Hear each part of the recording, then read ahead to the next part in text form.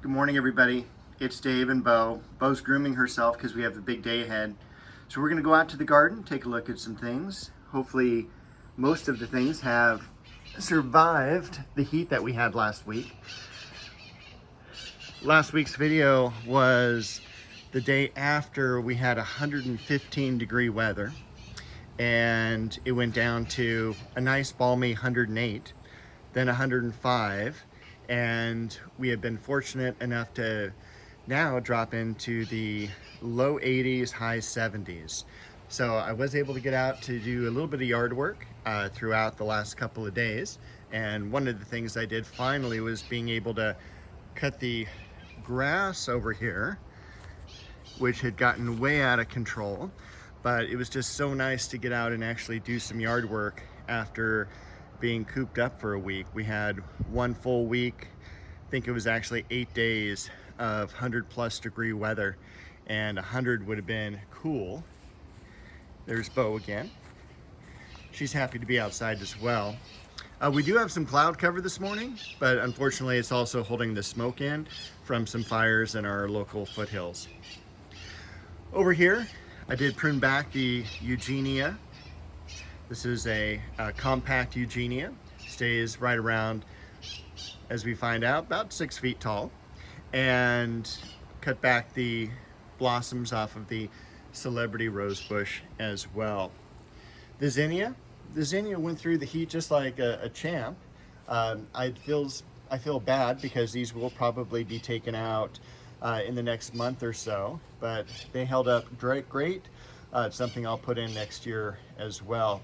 I did take out the lavenders since I now had no hope for them, and they were easy to pull out. So they will be replaced with a couple lavenders. I also ordered some white daylilies from White Flower Farms, ironically enough, and some galanthus bulbs that I'm going to put in here as well. And Bo helped me with the design, so we're looking forward to having those come in and planting those.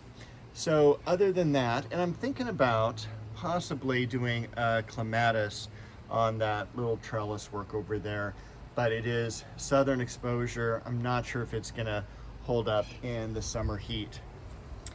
The hose is also pulled out for a couple of reasons, not only to water, but we're also have just recently, last night, cleaned up this area back here. I don't want to call it the hospital. This is the area of getting some plants that didn't quite get into the ground, or the areas that they're going to go into are unsure of, but it's something that I wanted. For instance, we have some dwarf lilac here that only gets a couple of feet tall. The lemon verbena, that's going to go somewhere in the rose garden. The elephant's ears back in the corner of the home. A few different types of conifers here. Those will be put throughout the landscape. We do have over here the blood lily, which I may have shown you last week or the week before. I think it was last week that it was finally in full bloom. And again, just a really cool plant. Not one that you see every day. In fact, this is the only one I've ever seen. A few rose blooms from Antique Rose Emporium. Again, those are going to be put in throughout the landscape. You can see a few of the plants are burning right before they lose their leaves. This is a variegated dogwood, and this is the pseudo camellia, the Stewartia. Over here, this is a hibiscus, if you can believe it. It's a different hibiscus than you've ever seen before, and it's kind of a very unique plant, but I picked it up just because I had never ever seen one before. The flowering quince here, and then the Japanese maple, and what is left of the styrax, because we're getting down to the skeleton. I'm hoping that will of course come back for next year. I'll put that in the ground somewhere, but I think it will. I'm just keeping my fingers crossed. I did do a little pruning on the fig tree up above, and I will do some on the pineapple guava. You can kind of see as well, if I can, let's go to a lower branch, that would be easier. That is the pineapple guava setting, and it's usually ripe right about the end of September, early October for that variety. This pineapple guava has never fruited. It has flowered. This variety is Trask, which is the more common of the two. I don't remember what the other one's variety's name was. I had gotten it back when I was working retail, so back in the mid 90s, and I had actually got it for free for doing a kind of a nurseryman certification class, and I had a nursery donate some of the plants, and that was one of them, and I got to take that one home. But again, not the main variety, and I just can't recall it. There are 3 types of pineapple guavas around. The Amaryllis Belladonna. We did cut back about a month or so ago the bee balm, the Melissa officinalis, and I said bee balm, I meant lemon balm, and this is something that's really kind of cool. There's some medicinal uses to it. It's a very easy plant to grow, gets up to a couple feet tall, couple feet wide. It is a plant where you can, it's a very overpowering scent when you crush the leaves. I shouldn't say overpowering, I'm going to say strong, and it is something you can throw down the garbage disposal and the whole kitchen will smell like lemon. It's really a very kind of cool herb, and again, just by rubbing the leaves will kind of give you that aroma of lemon. Another Amaryllis Belladonna over here.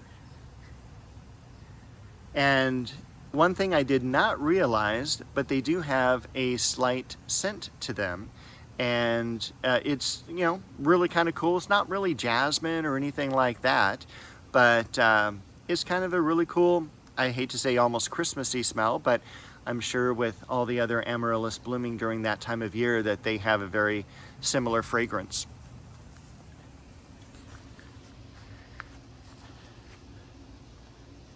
The heat certainly didn't hurt that fern. And one of the things I have been doing besides going through this bed here and then the back bed is I'll start working on this area here beginning today. Looks like we have at least a week of somewhat cooler weather.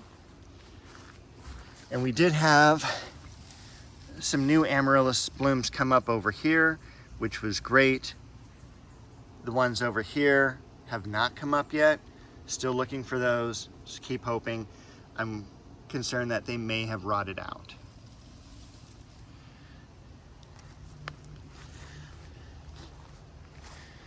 We'll check on our pomegranate. It's still here. I don't think it's growing very much, but I'm not going to complain either. Elizabeth magnolia.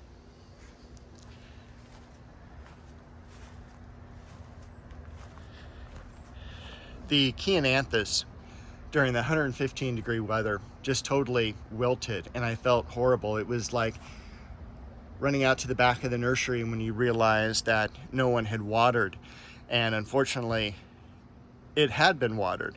There's a certain time with plants when we get to a certain temperature degree that the transpiration of the plant gives off more water than the roots are bringing in. So it's giving off water through the leaves into the atmosphere, and the roots aren't recovering that much water from the ground and bringing it back up to the plant, and it'll start to wilt. And if it's an extended period of time, it gets to that what's called a PWP. It is the permanent wilting point. And fortunately, we did not reach that with this plant. I did cover it with shade cloth. You can see the burns on the leaf as well. That is indicative of having it dry out. This is much different, actually, than the burns that you're going to see with the Magnolia solangiana, which is something that is just very natural, very physiological with the plant itself. Needless to say, things that can overcome this, number one is just the age of the tree, as well as the roots get into the ground here. This is a fairly new planting. It's only been around for 18 months or so, but it's done really well back here. We were fortunate that the heat happened so late in the year because of the amount of sunlight that this plant would have gotten. If it were in June, it would be maybe a different case where it would have been just longer exposed to the sunlight. However, with the winter time coming up, it had about an hour and a half, 2 hours less of sunlight. The Dizygotheca, that did burn. We finally found its high point for being in the sun when it's technically a shade plant, and that will recover as well. Those leaves will just drop off and be replaced. Japanese maple did extremely well, as did the fern. Again, because of the lower sun tracking through the sky, this ended up being much more of a shaded area this time of year.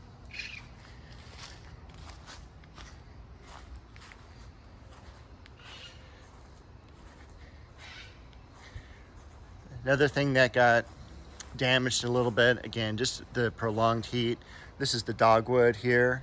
This is a princess, Cherokee princess, which is a white flowering dogwood, but it will be okay. It'll lose those leaves and they will come back in the springtime. The plant itself is not damaged. The peonies, they suffered a pretty good fate. They were like, welcome to Southern California. We want to go back home to Connecticut.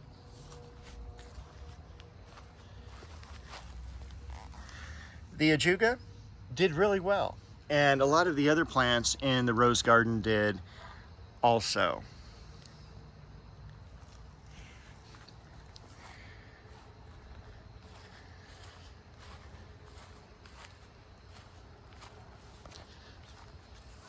Even the begonia back here. I'll be spending some time pulling out weeds and stuff like that. I am going to concentrate on the other bed first that I just showed you by the hose. And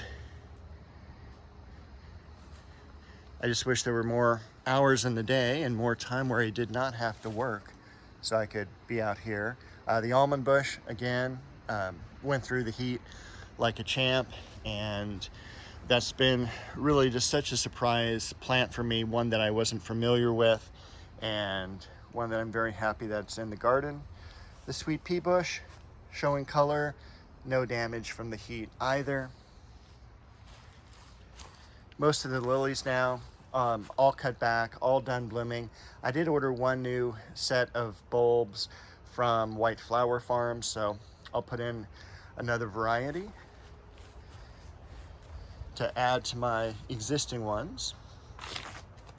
And over here, I think we did have a little casualty with the thread leaf, and I want to call this a cedar.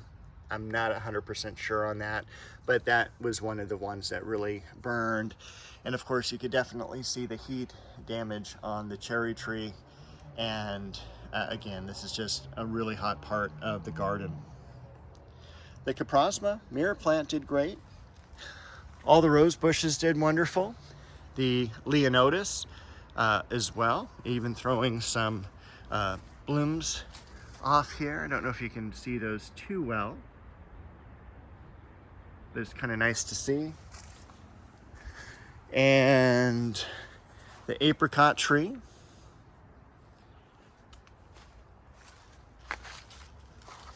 Sandback jasmine.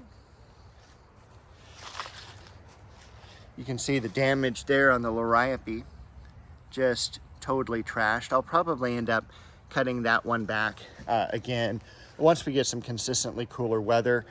We still have that window where we can get hot right through mid-October here. So we're 10 days out, 25. So we're probably looking at still another 2.5 weeks where we're kind of in that danger zone. But After that, we should be clear sailing, even just maybe one more peach left as well.